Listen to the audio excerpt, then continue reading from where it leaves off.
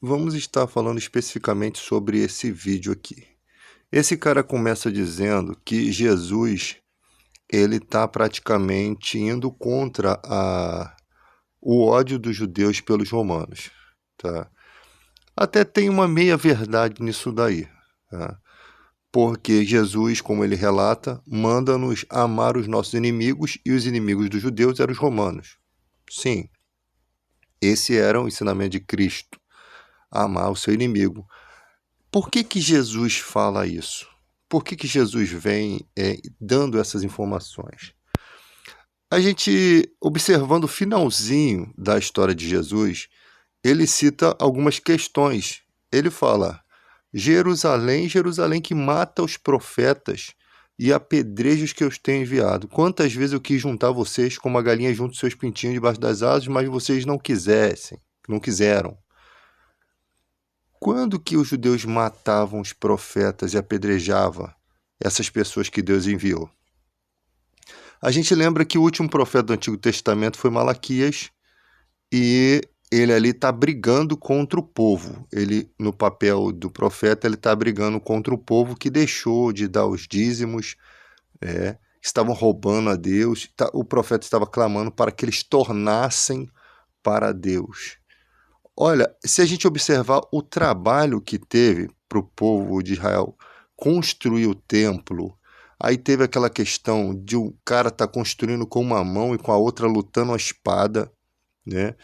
Teve a questão do Urim e Tumim, né, que eram as pedras que o trabalho que dava para saber se o cara era realmente sacerdote, se ele não tinha sido expulso, ou se realmente estava falando a verdade, para se construir toda a estrutura que Israel tinha, com o princípio fundamental de Deus fazer justiça aos pobres, às viúvas, aos órfãos.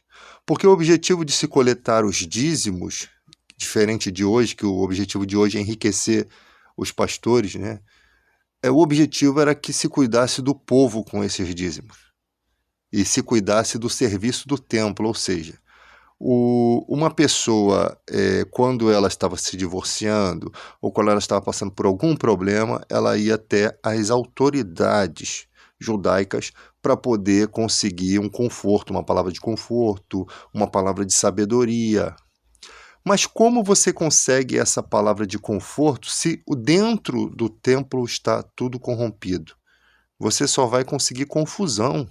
Quem planta na carne colhe confusão.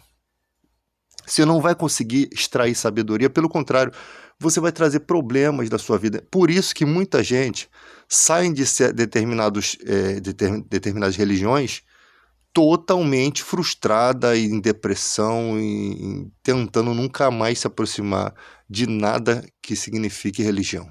Tá? Isso é o que uma pessoa, isso é o que pessoas mal intencionadas causam na sociedade, um prejuízo muito grande. Então todo aquele trabalho para se construir o templo e os judeus não custavam nada continuar mantendo com os seus dízimos o sacrifício, né, passado, né, o serviço no templo e os órfãos e as viúvas que iriam carecer disso. Então os sacerdotes pararam de servir o templo porque tinham que se alimentar. Possivelmente aqueles caras saíram para trabalhar e largaram o serviço do templo.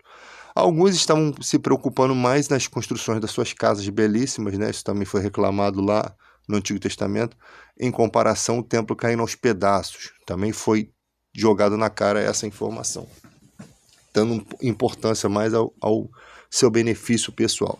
Então, de Malaquias até João Batista, será que Deus enviou profetas? Porque se enviou, foi no nível pior do que o de Malaquias. Porque ali Malaquias está repreendendo o povo. Você imagina os próximos, porque a sociedade se corrompeu. Ali, quando Malaquias estava falando, ainda havia serviço de templo. E 4 séculos depois, como é que ficou? Aí Jesus ele vem. Se o nosso Messias é esse citado aqui no Salmo 110, que Jesus usa esse texto lá, né? Quem vocês pensam que o Messias é filho? De Davi, mas como Davi o chama de Senhor? Então, Jesus é da raiz de Davi, né? Por conta de Maria, que é descendente do rei Davi, já se extrai linhagem de Maria, de alguns estudiosos aí. Inclusive já estão dizendo que alguns brasileiros têm um DNA que pertence à tribo de Judá. Também tem que fazer esse levantamento. Impressionante, eu vi isso no vídeo. E também José também era descendente de Davi. Então nós temos aqui, assenta-te, disse o Senhor, né? O texto aqui no hebraico original, disse Adonai, o meu Adonia, assenta-te à minha direita, até que eu ponha seus inimigos por estrado dos seus pés. Ou seja, não pode estar referindo-se a Davi, porque Deus, Adonai ali, o Javé, ele está convidando essa pessoa a se assentar à direita dele. Davi não era digno assim, de estar à direita de Deus. Davi teve todos esses erros que você conhece, que não era nem para ter tido salvação, né? Mas a Bíblia diz, terei misericórdia de quem me aprover ter misericórdia, que Davi comete sacrilégio, crimes gravíssimos, na questão lá de Betseba e de Urias. E ali o Senhor enviará de Sião, né? Sião é o nome da antiga Jerusalém, o cetro do seu poder, dizendo, domina entre os teus inimigos. Apresentar-se-á voluntariamente o teu povo no dia do teu poder, com santos ornamentos, com o orvalho emergido da aurora, serão os teus jovens. O Senhor jurou e não se arrependerá, tu és sacerdote para sempre, segundo a ordem de Melquisedeque. Então, quando Jesus vem ali, naquela sociedade, ele é um sacerdote, né? Ele é considerado sumo sacerdote da ordem de Melquisedeque, mais à frente você vai ver. Então, para sempre, quando ele morre, né, ele se torna um sacerdote permanente, ele se torna um sumo sacerdote da ordem de Melquisedeque. Melquisedeque é um personagem muito importante porque na época quando Abraão junta 300 homens para poder resgatar Ló, né, lá da cidade de Sodoma, o Melquisedeque vem e entra na história dando pão e água ali, oferecendo alimentos para esses soldados e abençoa a Abraão. Abraão lhe dá o dízimo, ou seja, Abraão lhe dá uma coisa sagrada, o dízimo dos despojos ali, e o Melquisedeque o abençoa, ou seja, um homem que abençoa o rei de Salém, abençoa o pai da fé. E lá no Novo Testamento tem referências a isso. Paulo e Pedro usam essas referências, dizendo que maior é aquele que abençoa do que o que é abençoado. Ou seja, o sumo sacerdote da ordem de Melquisedeque, ele é maior, né, do que o sacerdócio levítico. Está mostrando a importância de Cristo aqui. E a justificação pela fé já está representada ali. Porque na época que Melquisedeque abençoou Abraão, isso é 430 anos antes da existência da lei, né? Então não havia ainda a lei de Moisés. E ali você percebe que o Abraão é abençoado por esse sacerdote, e Jesus é dessa ordem. Ele está muito mais acima. E diz que Abraão pagou o dízimo dos levitas, porque os levitas ainda não haviam nascido. E por isso Abraão ali simbolicamente dá o dízimo a esse. Aí diz quão maior é esse, né? Sumo sacerdote. Então está falando da grandeza dessa escolha de Deus em relação a quem? Ao versículo 1 aqui, aquele que está à direita de Deus, né? É Jesus Cristo, e cujo está assentado à direita de Deus, até que Deus põe os inimigos por estrado dos pés dele. O último inimigo nós sabemos que é a morte lá, nós temos ainda, não a todos os inimigos estão postos ainda debaixo dos pés de Jesus, só que no final de todo o desenrolar desse universo, tudo vai estar debaixo dos pés dele. Paulo chega a dizer que todas as coisas Deus sujeitou aos pés de Jesus, mas quando diz todas as coisas, isso exclui o Pai, isso exclui o próprio Pai. Então os próprios discípulos, eles já separam o Filho do Pai, eles já sabem que o Pai é um e o Filho é outro. Mesmo que o próprio Paulo chama Jesus de Deus, grande Deus em Tito 2,13 e Romanos 9,5 chama ele de Deus. Ou seja, a essência, João diz que a essência de Cristo é igual à de Deus. Quando ele fala, eu e o Pai somos um, credes que o Pai está em mim e eu nele, pelo menos pelas minhas obras. Ou seja, ele não é o mesmo do Pai, mas ele tem as mesmas obras, ele tem a mesma essência, ele pode ser considerado Deus. Em Hebreus tem toda uma série dizendo que os anjos devem o adorar e o servir, ou seja, não pode estar se tratando de Deus porque não precisava dizer que os anjos têm que adorar a Deus. Ali é uma revelação do Filho, o Filho está sendo revelado à humanidade. E ali está mostrando que ao nome de Jesus se dobra todo joelho, no céu, na terra e debaixo da terra, exceto o nome do Pai, lógico, o próprio Pai não se dobra diante do Filho. Mas ali mostra que Deus está apresentando. Tem um versículo que João diz assim, que a vontade de Deus é que todo aquele que honra o Filho assim como honra o Pai. Quem não honra o Filho não honra o Pai que o enviou. Então você percebe que o mundo aqui está recebendo um conhecimento de que Deus tem um Filho que já está revelado no Antigo Testamento, que são dois senhores, que o Messias aqui é o Senhor de Davi. Disse o Senhor ao meu Senhor. São dois senhores aqui. E isso é revelado já no Antigo Testamento. Então, voltando aqui a essas queridas criaturas aqui que só deturpam a Bíblia, que chega a dar raiva, você tem ali um Jesus que ele vem como um juiz, ele manda que se ame os seus inimigos. Mas por que a questão dele aqui, por que ele chicoteou tudo no templo? Ali ele estava cumprindo uma profecia. O zelo da casa do meu pai lhe consumiria o ventre. Tudo isso aqui pertence a ele. Ele pode fazer o que ele quiser. Se ele quiser derrubar as mesas do cambista, ele está tendo um ataque de fúria sobre coisas. Ele está tendo um ataque de ira sobre a revolta do que estavam fazendo. Tá? Então qualquer profeta poderia até fazer coisa pior, até profetizar que as pessoas batessem as caçuletas, tá? Porque quando, na revolta de Coré, lá, quando se voltam lá contra Moisés, o chão engole um monte de gente, né? Se um profeta amaldiçoasse, né, vinha leões ali, ursos, né, e devoravam as pessoas. Jesus não fez nada disso. Olha que ele é o Todo-Poderoso. Ele simplesmente se revoltou contra o que estavam fazendo dentro da casa de Deus. E aí ele começa a mostrar por que a sociedade, por que o profeta Isaías profetizou que eles vendo não acreditariam, não creriam com o coração, não foi lhe dado a eles, a essa geração, o direito a crer. Sabe por quê? Por conta da corrupção que eles estavam vivendo. E quando Jesus está falando deles pregando para eles amar os inimigos, a falta de amor dos judeus aos romanos gerou toda a tragédia que você tem na comunidade judaica até hoje, no território de Israel. Em 70, destruição do templo, comandante Tito, depois se torna imperador também, parece, profana o templo, tem relação sexual dentro do templo, destrói o templo. Em 135, o imperador Adriano expulsa todos os judeus de Jerusalém. Eles, perdidos pelo mundo, acabam caindo lá na história lá do bigodinho, lá no Holocausto. Uma parte deles. Outras partes viviam em outros lugares e não sofreram o Holocausto. Mas aqueles 6 milhões massacrados, 1.000 e poucos salvos pelo Schindler, né?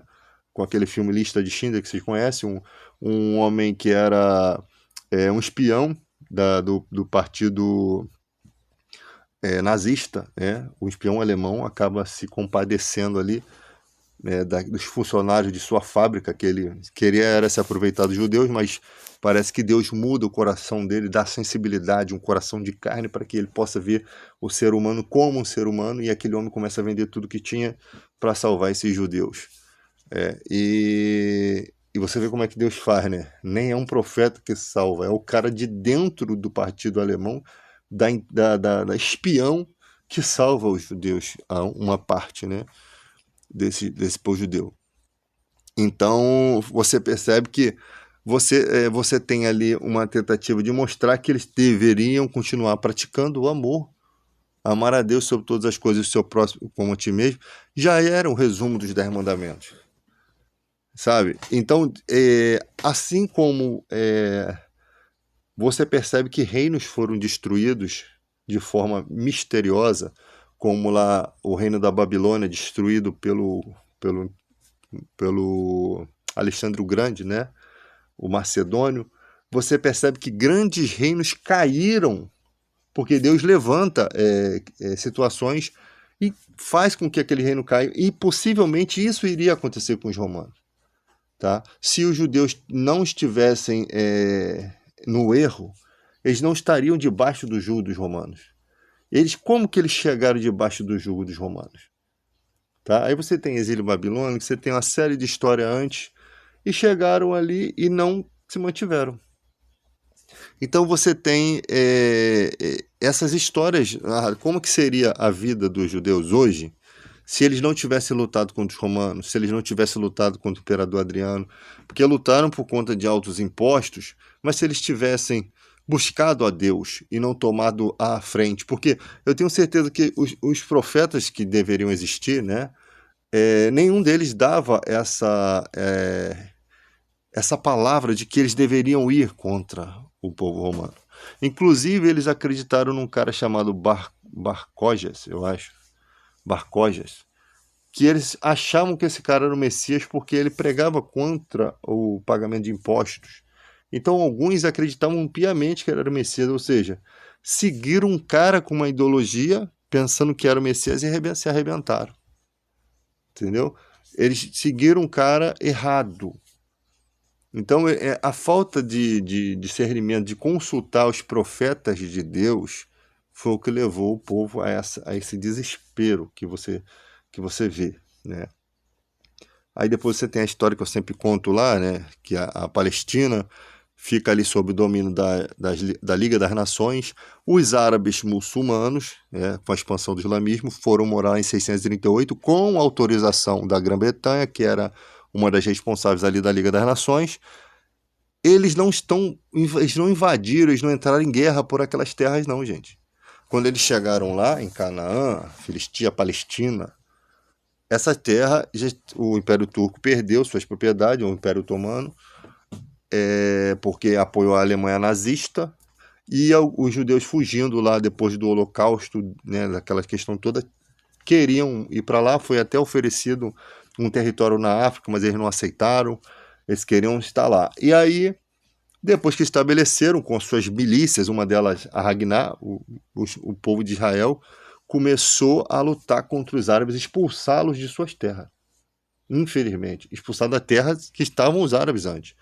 Tanto que você vê o Domo da Rocha ali, a mesquita islâmica, a mesquita de Al-Aqsa, são todas construídas nessa época de 638, na época que eles foram para lá. Estão bem antes lá. Tá? Eles não roubaram aquela terra. Os judeus, sim, estão roubando essas terras deles. Isso é uma realidade, expulsando. Em 1945 foi o Holocausto, em 48, né, o Holocausto lá de Hitler, em 48 foi fundado o Estado de Israel, com auxílio aí de um brasileiro, né? E isso não foi uma coisa bem vista pelos árabes, porque eles já estavam lá antes. Como é que você funda um Estado dentro de um lugar onde já estavam os muçulmanos? Já sabe-se que vai ter guerra. Então ali ou não houve uma divisão de terras, os Estados Unidos sempre protegendo o Israel, porque eles não venceriam guerras sem os Estados Unidos. Não adianta falar, não, que Deus está nisso. Olha, eu sei que o arcanjo Miguel é o guarda de Israel, eu sei que tem profecias acerca daquele território, nós sabemos bem. Nós sabemos que tem gente até que dá depoimento de que na guerra lá dos árabes contra os judeus, acho que não sei se foi a guerra de 6 dias, apareceram até anjos para interferir na guerra, e os homens têm relatos disso, né? Então a gente não sabe bem como é que funciona, só sabemos que Deus tem promessas ali, sim, para a restituição daquele povo, só que o povo que não é esse povo que joga coisa lá em Gaza e mata, onde 43% da população é menor de idade. Não é esse povo que deturpa todos os critérios da ONU, fere todas as questões, e a mídia internacional, a mídia nossa aqui, fica falando um monte de mentira, inclusive a Rede Globo, defendendo o sionismo, defendendo, quando está tudo errado. É isso que acontece, informações falsas, né? E ali você, naquela divisão de terras, os árabes não aceitaram, então os judeus aproveitaram e expulsaram 1 milhão de árabes e tomaram as terras, e por conta de petróleo, né, e os Estados Unidos auxiliando em toda essa bagaceira aí, porque o Israel sempre fica com o seu primo mais velho, que é os Estados Unidos, só que agora estão numa situação ruim, porque os Estados Unidos, o Biden está envolvido em política lá, né?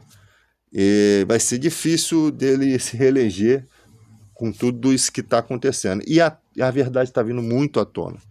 O mundo todo está se manifestando, está vendo o que Israel tem feito com aquele povo. Tá? Então não adianta a mídia brasileira ficar botando pano, porque A verdade está vindo e é vergonhoso o papel da Rede Globo nesse sentido, vergonhoso, tá?